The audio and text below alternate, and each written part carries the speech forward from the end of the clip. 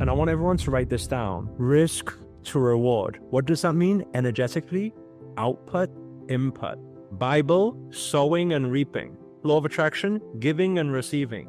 What does it mean? Science, action, reaction. So right now, we're putting this out. You got to take risk for reward. You got to put out to get back. You cannot just say, hey, universe, give to me, but I'm not willing to put anything out. Same thing with love, same thing with business, same thing with everything. However, sometimes when people put out more than they have, what happens to their vibrational frequency?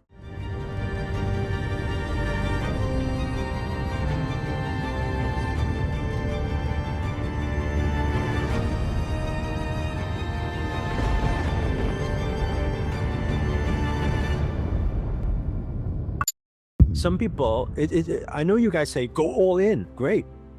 But when sometimes you go all in, people fear losing it all, no?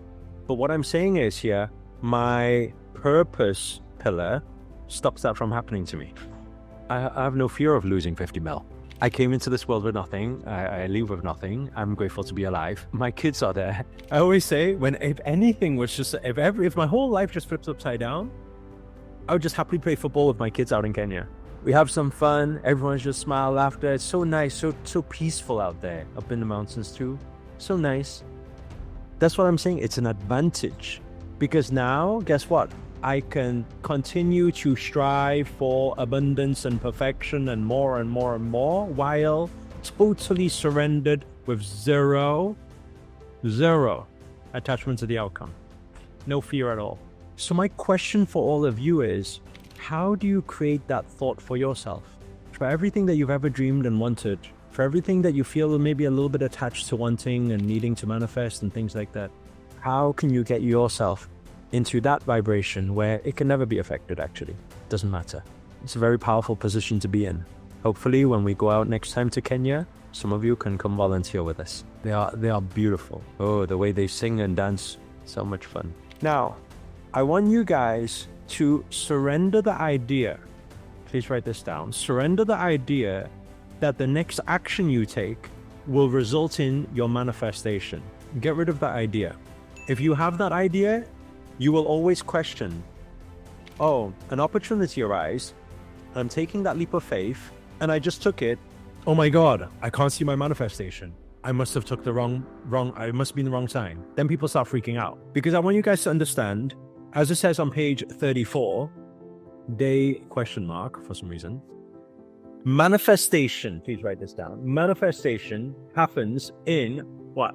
Manifestation happens in sequences. I would like you to add another line in there to say manifestations happens in sequences that are unpredictable. A sequence of events that are unpredictable. Why? Because the co-creation is with the universe.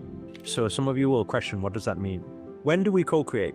Okay, let me ask you this question. What about if you are trying to manifest, I love you saying all the time, okay? But I want to challenge that a moment. What about if you want to manifest a bowl of cereal right now?